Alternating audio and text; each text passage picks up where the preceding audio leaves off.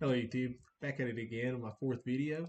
So today we're going to go over a few things and some motorsports news, the clash at Bowman Gray, who I think is going to win there, and what's happening there with the weather.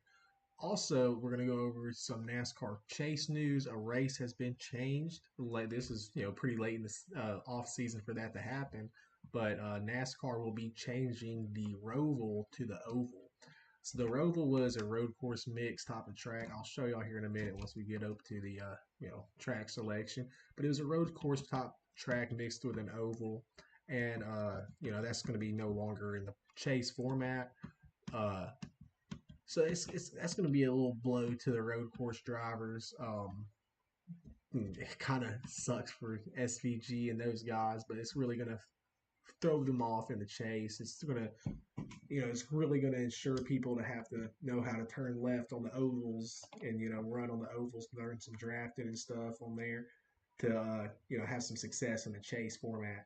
So going over about the clash at Bowman Gray. So we know there's some snow in the forecast. It's going to be icy, the icy tracks, but regardless, from even the rumors going around about the move to Daytona, they're going to run the clash at Bowman Gray.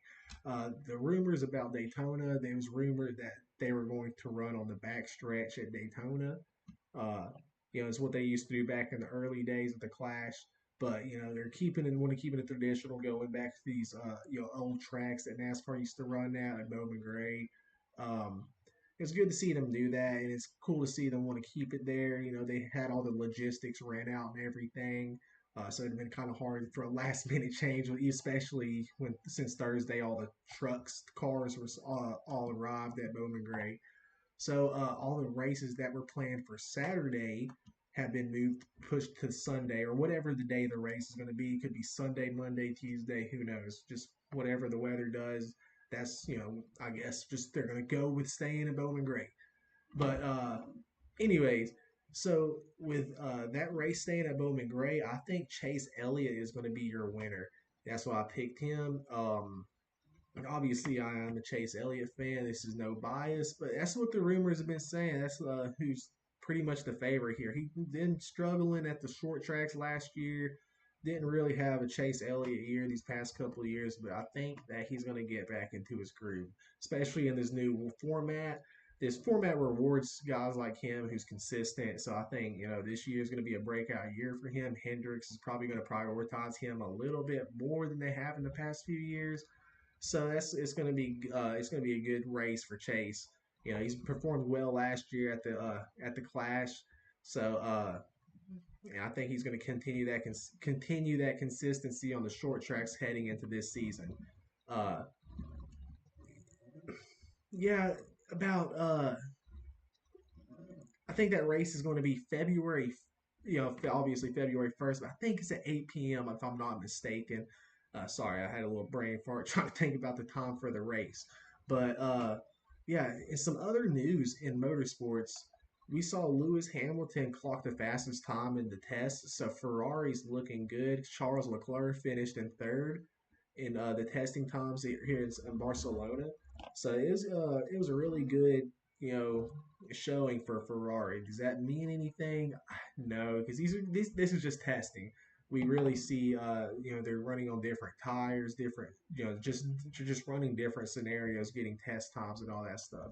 However, we did see pictures of Verstappen smiling because of his then reaction. Now, this could just be fabricated rumors, but Max Verstappen is loving the RB22. And if this is a sign for anything, I hope my prediction is correct because I have some money riding on it. I hope Max Verstappen gets that Formula One championship this year, give him his fifth. Uh, we also heard that the WRC is looking to return. So back in the day, I'm from Chattanooga, Tennessee. They were trying to run a rally in Chattanooga up in the Cherokee National Forest. That kind of got pushed back, but now they're trying to run it back again. So this year, this June, actually, they'll be running some trials in Tennessee and Kentucky for hopefully an upcoming rally race in the WRC in 2027.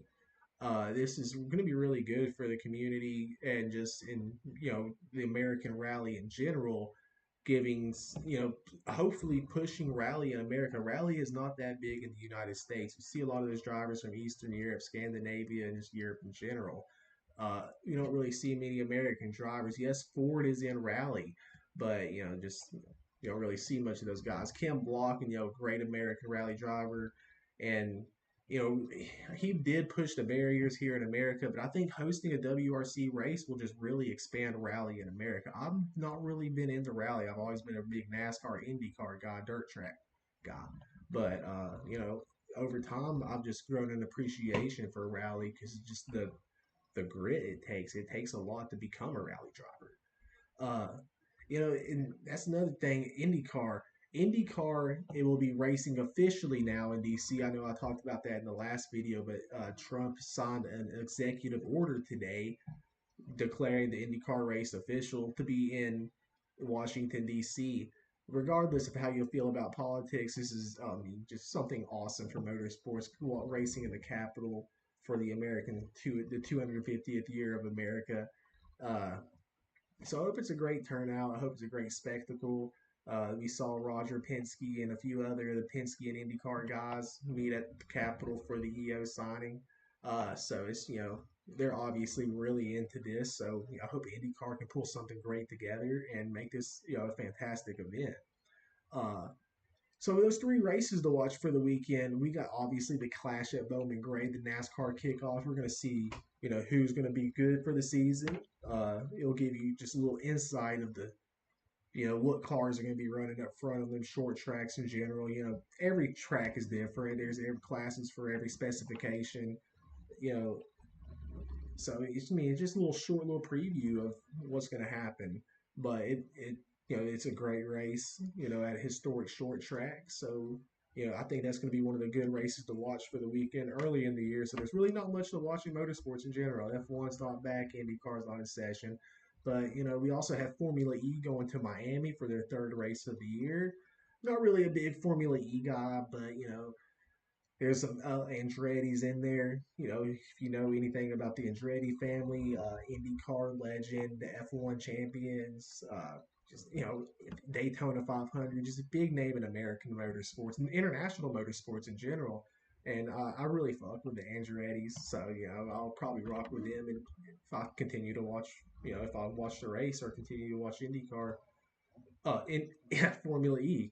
But yeah, and another race to watch is the African Eco Race. So that's that series hosts Dakar Rally.